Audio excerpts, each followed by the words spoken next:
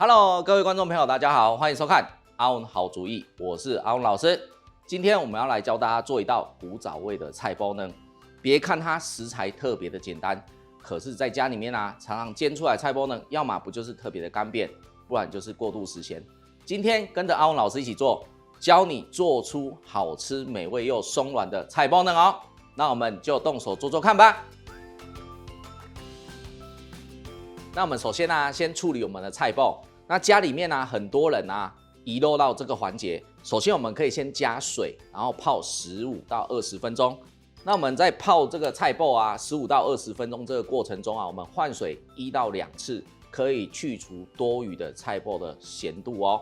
好，首先我们今天呢要使用我们的 Lumi 不粘平煎锅来做我们的菜包呢，不要加油，菜包倒入我们的锅中，多余的水分把它炒出来，增加它的香气还有脆度哦。那我们呢闻到这个菜包的香气之后啊，而且它的表面啊带有一点干爽的状态，接着我们就可以加一点点的油，再来葱花倒下去，一起炒出葱的香气哦。那炒好我们的菜包之后啊，接下来就是我们要打鸡蛋的这一些环节小动作咯。怎么做出松软好吃的菜包呢的秘诀就在这里咯。打好鸡蛋之后啊，接着在家里面的厨房取出一双筷子，那我们呈现平行有一个空间，接着快速搅打，打入空气之后，就可以呈现松软的鸡蛋体咯。打好我们的鸡蛋之后啊，接下来就可以下我们的调味料咯。白胡椒粉，它可以降低鸡蛋的一个腥味，少许的盐，刚刚炒好的菜包跟葱一起下去，均匀搅拌就好了。那接着我们就可以开火煎我们的菜包呢咯。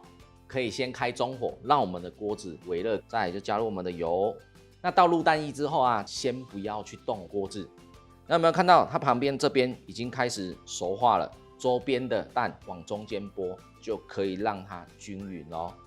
那我们鸡蛋啊凝固定型之后，就要盖上我们的盖子，运用这样的一个热循环啊，因为我们菜包呢是有厚度的，它可以让它更均匀的熟化哦。定型之后啊，接着我们就可以翻我们的菜包能咯。有没有看到？哇，非常的漂亮。好，那继续将我们的另外一面把它煎至金黄，就可以上桌咯。咸香下饭的菜包呢，就这样完成啦。外酥里嫩的口感，金黄酥脆的表皮，这就是我心目中好吃的菜包呢啊！